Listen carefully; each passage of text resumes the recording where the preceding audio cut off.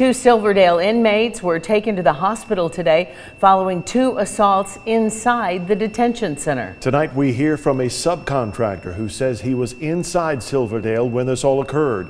Karen Aguilar has this story.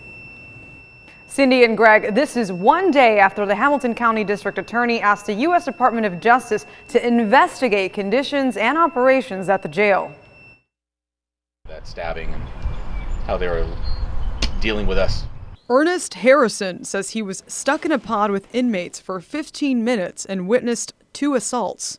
I witnessed him lunging, pulling away from two officers, deputies, and lunging toward another inmate that I could not see. But I did see the blood come out of that inmate onto the floor. He says as soon as he got out of the pod, he quit his job. Harrison was an employee of a subcontractor, the Corrections Commissary in Nashville, which provides goods to inmates. His supervisor, Melissa Shulton, told me over the phone he was working at Silverdale today, and he quit. We followed up on email, but she declined to comment. Harrison says he has former experience in other lockups. I have worked 23 years, California Department of Corrections, as a custody member.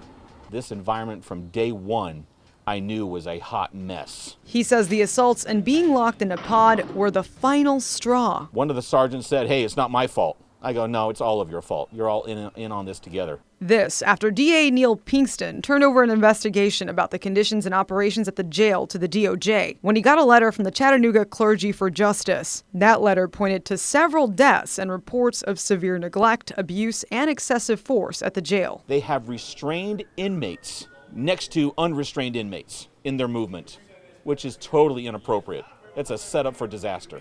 Dangerous for the inmate and, more importantly, the staff. The sheriff's office says the injured inmates are expected to be okay. They won't release further details because this is an ongoing investigation.